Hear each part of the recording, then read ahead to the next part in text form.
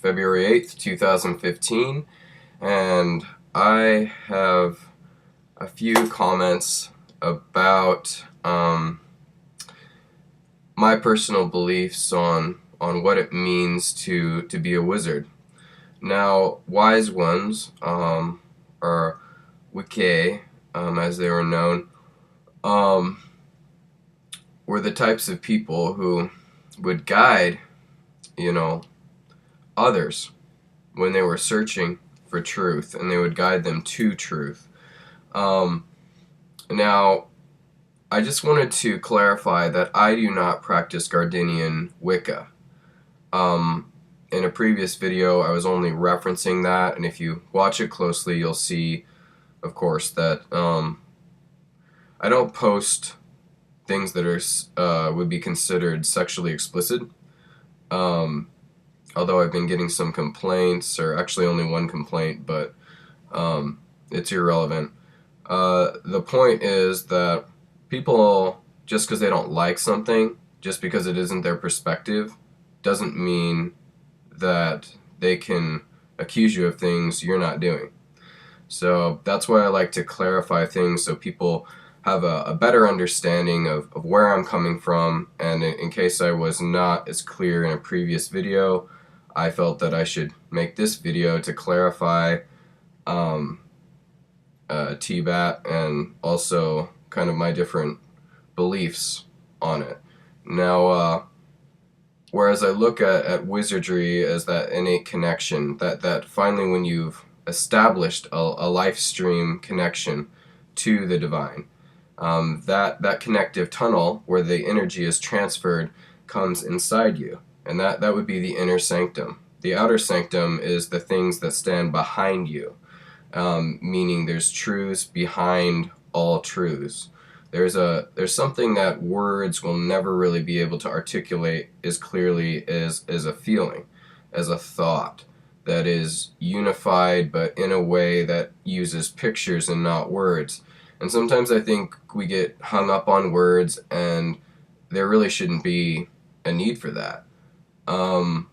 There's a reason why people use dictionaries. It's for congruency's sake. When you're dealing with orientation, now I've posted a few videos on orientation, and it will be a big part of my channel, specifically because a lot of people are uneducated about it, and depending on how dense you are, and depending on where you go to get your opinions from, rather than going inside or listening to the people who actually come from that category, I mean, for all I know, in 10 years, my opinion on the Mormon faith might not be as valid. Now, anyone can just look online and find that information from their official church's website. But the thing is that organization is not largely viewed as Christian by most other people professing Christianity. If you look up the root word Christian, though, it says, Christ-like, and it's right there in their title, Jesus Christ. So whether or not the individual person in question or people in question who doubt my legitimacy, whether they come from a good place or not, I won't know. It's not my concern. I can only tell you things from my perspective. So in 10 years, I might have outdated information. I might have to go on Wikipedia or go on their official site or talk to somebody who's in that particular group. And frankly, they're irrelevant outside of this state. And maybe perhaps Idaho. They have a larger concentration of that smaller denomination within Christianity. They boast big numbers, but you travel outside Utah and you see that those numbers are not, they're inflated from the standpoint that they have a rule where they just don't remove people's names. They just don't. They don't care. They think, oh, well, maybe they'll come back. We'll still call them Mormon. No, they're not. If they walk away, they aren't Mormon. They aren't LDS. They could still be a Latter-day Saint, in their actions towards other people, or what are considered saintly actions, but they aren't part of that religious organization anymore. And but I don't want to get caught up in irrelevant belief systems that frankly don't have a lot to do with my beliefs. I mean, they have some great ideas. There's a lot of overlap, just going under different names, where they use things like the Holy Spirit as a belief. They use that. They would use the word prayer or priesthood blessing or anything along those lines. They're simply referring to one form of magic, and that is called divine magic, or magic that connects you to something divine to create a result. And magic is scientific in that way. It creates a result. Whether or not it is taught in the framework of a dogma doesn't mean that it's not working. Now, you'd have to see and feel something like that work in order for it to work, for you on an internal level, for you to believe. Now, only in certain circumstances will these healing blessings, these priesthood blessings work.